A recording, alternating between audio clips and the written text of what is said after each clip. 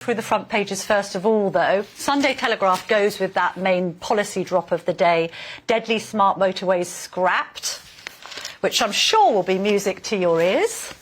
The Sunday Times goes with breast cancer surgeon, 250 deaths under the spotlight. They've done a special investigation on a particular surgeon in that story, not Sturgeon. I've got Nicola Sturgeon and her camper van on the brain, clearly. The Observer, NHS crisis deepens. Oh, I've got it the wrong way up. There we are. This could be a result of my going to the races yesterday. Although being a teetotal, I can assure you I'm not hungover. The Observer, NHS crisis deepens as nurses plan mega strike. I'm going to be speaking to the paper reviewer about that in just a moment. Sunday Mirror, coronation heroes. That story, I think, about the idea of the King and Queen's consort trying to make the best, with the Mirror having reported in the week that the coronation plans were in chaos. The Sunday Express, royals on brink of collapse. Good grief. We're going to be discussing that in just a moment, because that's a very intriguing splash. The Mail on Sunday, MOS saves the Grand National, and that's about them having exposed the protesters who were planning to storm the racecourse yesterday. And then The Sun on Sunday, I'm a Celeb Horror. This is a story, I believe, about Janice Dickinson falling over. So there you have it. Now, let me introduce my illustrious paper reviewer, former colleague at the Express newspaper group, Sam Lister. She's the Daily Express's political editor. Thanks for joining me this morning, Sam. I know you're a friend of GB News. Absolutely. You're often on doing the papers, and it's delightful to have you here on a Sunday. Let's talk about this policy drop of the day. It's the government now saying they're going to axe these smart motorways. What's your reaction? I'd imagine Express readers, like GB viewers and listeners, think that smart motorways are irretrievably stupid. Yeah, I mean, I think it's a victory for common sense, isn't it? And I think what it is really is this has been governance at its very worst. This was a policy that was dreamt up by very clever people. It was great in theory, but they ignored what was blindingly obvious to the rest of the country, which was obviously this was never going to work. It was always going to be extremely dangerous. I can't tell you, Camilla. I mean, people at the time were absolutely railing against this, and yet the government still went ahead and introduced it. And obviously, it's been in place for well over a decade, and there's different figures around about how many people have actually died as a result of this policy, as many as 50, according to the Telegraph. I mean, one is too many. Absolutely. Anyone could have seen this. You know, there's the lovely picture of the young boy that was killed. Yeah. People have lost loved ones. Yeah. We had that very moving campaign where people were carrying coffins, I think, through Westminster saying, you know, smart motorways kill. I've interviewed, I'm sure you have, successive transport secretaries that said, I don't really like them. And yet it was still in place. And I think actually Edmund King is quoted in the Sunday Telegraph today. President of the AA. President of the AA. He pulls no punches. He says the people involved in this have blood on their hands. He said it was motorway widening on the cheap. And it's a scandal, and I think most people would agree with that, and nobody can really understand why it's taken so long.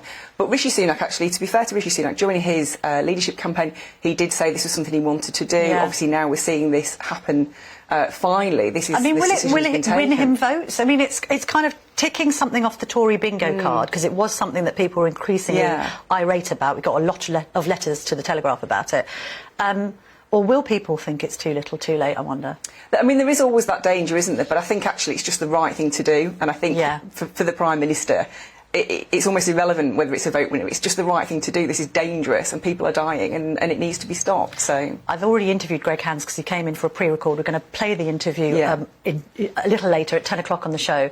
His answer to the question of what happens to the smart motorways that are already in existence is interesting and one to watch. So I'll look out for that. Do stay tuned for that. Now, a royal story of the weekend. This is in your sister paper, the Sunday Express. It's quite the headline, this. Royals on brink of collapse. Why, Sam? Yeah, well, quite concerning, I'm sure, for you, Camilla. Obviously, you're a keen watcher of royal matters. Yeah. My colleague David Williamson on the Sunday has got hold of this report exclusively from Civitas, a think tank. Yeah. And they've crunched quite a lot of the stats about royal visits over the last decade and found that actually there's been a 40% drop in the number of kind of ribbon-cutting events, royal... tree plantings, plaque unveilings. It's interesting that I think they've got the stats from Tim Donovan, who kind of does the count-up of all of the jobs at the end of the year. Yeah. Because this is speaking to a kind of change in the royal approach. There's what I would call the Princess Anne approach, which is cram in as many engagements as you can in a day, unveil plaques, open envelopes and all the rest of it. Then there's the more thematic approach that's been adopted by younger royals like the Prince and Princess of Wales, and indeed when they were around, Harry and Meghan, that they want to talk about themes but they don't want to go to many visits. But then the punters want to see the royals at the local hospitals and at the playgrounds and at the schools and all the rest of it, don't they? Of course they do, and I think this is quite a serious problem, and the report by Civitas talks about this potential collapse in support for the royals if they don't get out there and do the hard work, do the hard work, going to wave, going to tree plant. I mean, you know, that you can have an argument about whether that's hard work or not, but that's what people want to see. Do we think that the younger generation, whisper it, are comparatively a bit lazy? I mean, I think everyone seems quite lazy in royal land compared to the Princess Royal, right, who's regarded as this trooper who doesn't stop. To be fair, the King's renowned for being a workaholic, but clearly the younger royals don't want to do it in the same way. I don't know whether what they're doing is as impactful. Well, I mean, I suppose there is an argument about what has the biggest impact. Is it that bigger kind of picture where obviously you see the younger royals talking about mental health and campaigning on that? Actually, that does have quite a big impact.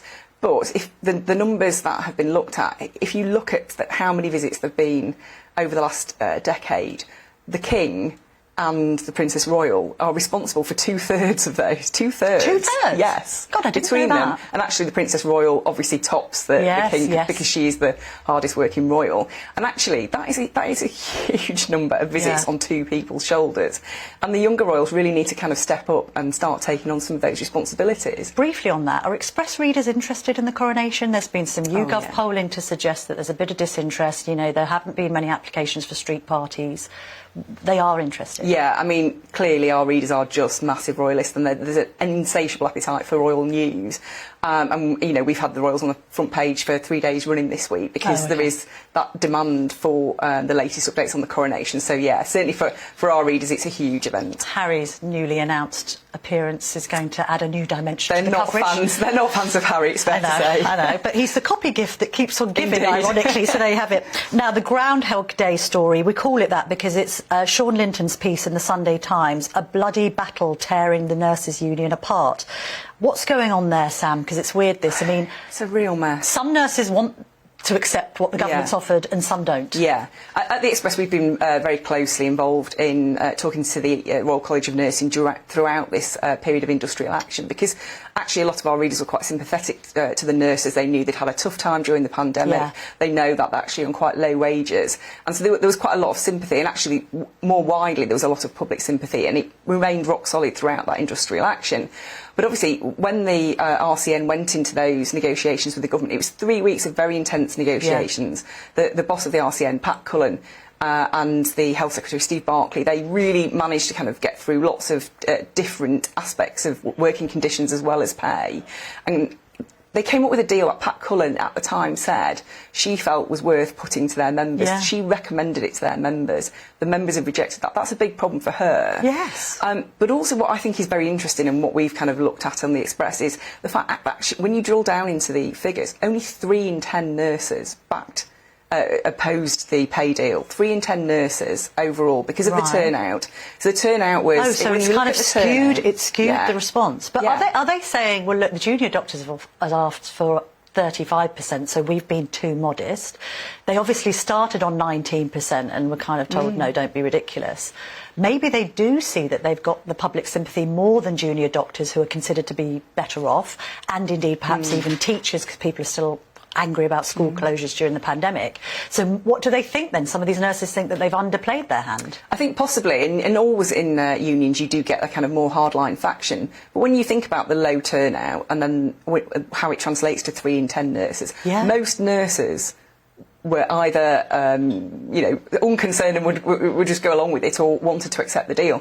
So I think it's a shame that 3 in 10 nurses have pushed the RCN into taking even more radical action, because the next round of strikes, all the exemptions that were in place before, so protections for cancer care, protections for emergency departments, they've now ditched those. The next round of strikes is going to be much more painful because it will affect emergency care. And I think that's a very sad state for the RCN to be in at this time. I know, and also I don't think deep down nurses will want to harm patients. Exactly. And we've seen some statistics in the week about the effect of the junior doctor strike on excess deaths.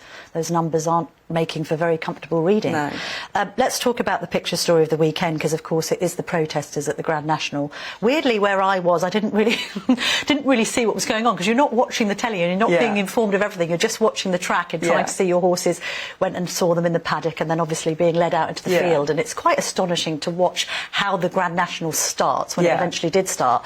But I mean, I don't think there's to be fair, I think people are concerned about racehorses dying in races like the Grand National. A lot's been said about the height of the fences and all the rest of it. Is it cruel?